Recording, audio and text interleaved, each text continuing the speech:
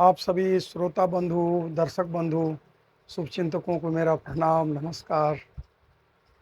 आज फिर लाइव आया हूँ और एक ऐसा प्रेरक प्रसंग लेकर आया हूँ जिसके साथ ही जात पात, ऊंच नीच, छोटा बड़ा, अमीर गरीब के भेदभाव मिट जाते हैं। जब ब्रह्म ज्ञान की दात मिल जाती है, जब ब्रह्म दृष्टि मिल जाती है, तब जात पात, ऊंच नीच, छोटे बड़े, अमीर गरीब के भेदभाव मिट जाते हैं और इंसान गले मिल जाता है। ऐसे ही इस एक ऐसा प्रेरक प्रसंग है जो लेकर आया हूँ। एक बार की घटना है, गुरु गोरखनाथ जी निकले हैं। गुरु गोरखनाथ जी को कौन नहीं जानता, किसी परिचय के मोहताज नहीं है। तो गुरु गोरखनाथ जी यात्रा में निकले हैं और रास्ते में उन्हें प्यास लग रही है। तो समकालीन उस समय रविदास जी और कबीर बाबा समकालीन थे। तो अचानक ध्यान आया गोरखनाथ जी को कि रविदास जी की कुटिया पर चलते हैं और वही जल पी लेते हैं।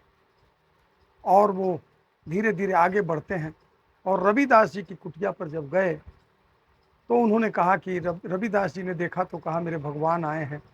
चूँकि ब्रह्म दृष्टि जिन्हें मिल जाती है, संत शिरोमणि तुलसीदास जी महाराज ने कहा है कि जड़ चेतन जग जीव जता, सकल राम मैं जानी, अब बंदौ सबके पद कमल, सदा जोरी जुग पानी।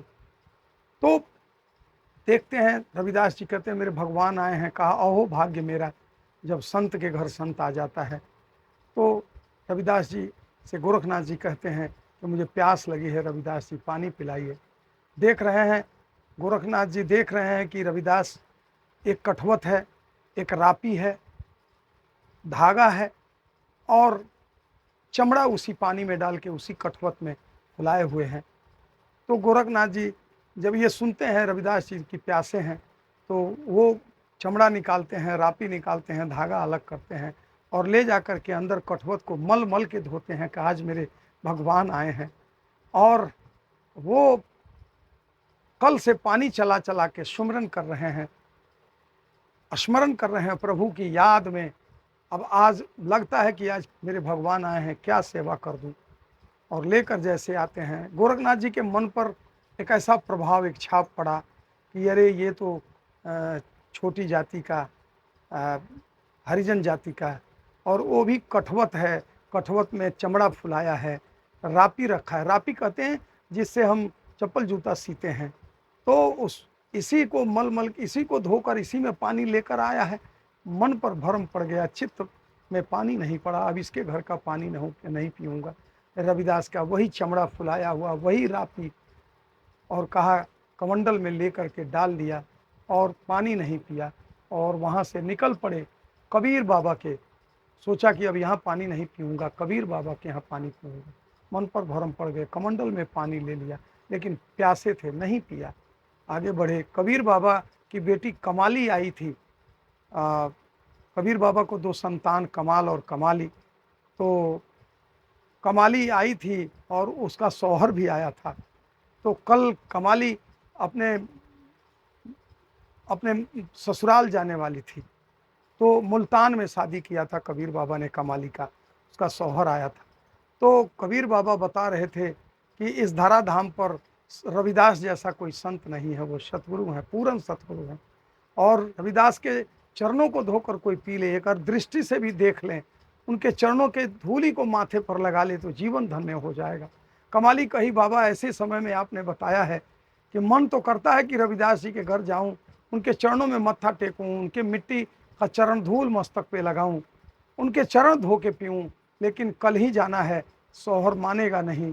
तो फिर अभी यही सोच रहे थे, तब तक गुरु गोरखनाथ जी पहुंच गए। गोरखनाथ जी वहाँ पहुँचे, कबीर बाबा ने देखा, आओ आओ गोरखनाथ जी, गले मिले। कहा अरे कबीर बाबा मैं प्यासा हूँ, मुझे पानी पिलाइए।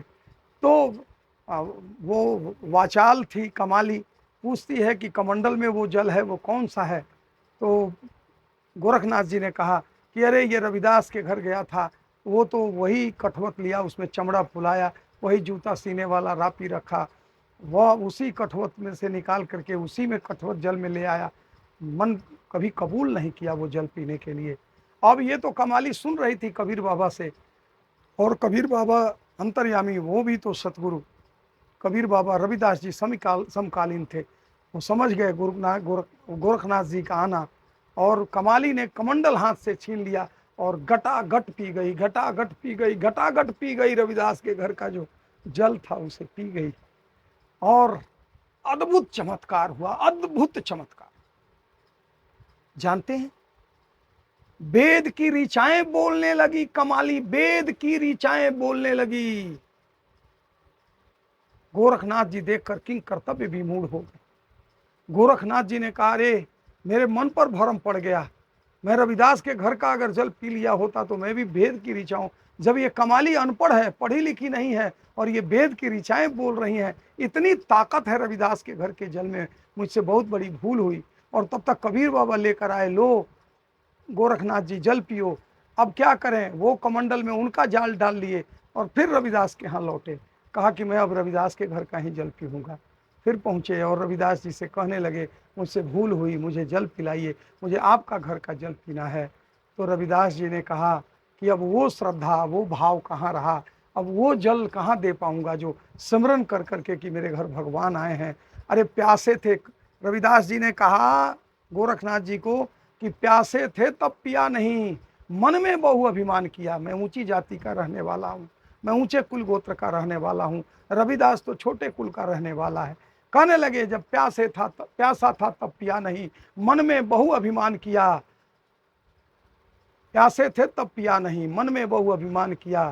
अब वह पानी अब वह पानी मुल्तान गया। प्यासे थे तब पिया नहीं, मन में बहु अभिमान किया, वह पानी मुल्तान गया। कहने का मतलब कि अब तो वह जल कमाली पीकर मुल्तान चली गई, अब वह जल नहीं दे पाऊंगा। गोरखनाथ जी जो पहले दिया था, जो श्रद्धा भाव था कि मेरे भगवान आए हैं, उस समय आपके मन पर भरम पड़ गया था। तो कहने का यही भाव कि संत की कोई जाति नहीं होती, परमात्मा की कोई जाति नहीं होती। तो जब परम पिता परमात्मा के हम संतान हैं तो हमारी कौन सी जाति है। आज हम घरों में अलग, जल में कौन सा भेद है, कोई भेद नहीं है, लेकिन मनों में भेद है। इसलिए हम इंसान हैं, परमात्मा ने हमें इंसान बनाकर भेजा है, तो हमें इंसान बन के रहना चाहिए और इंसानियत अंदर लाना चाहिए। तो अगर ये प्रेरक वीडियो आपको पसंद आई हो, अगर आपको अच्छा लगा हो, तो एक बार प्रार्थना करता हूँ, विनती करता हूँ कि मिशन मार्ग को क्लिक करके सब्सक्राइब जरूर करें, लाइक करें, कमेंट करें, शेयर करें। फिर अगले एपिसोड में आपसे आपके दर्शन कर पाऊँगा।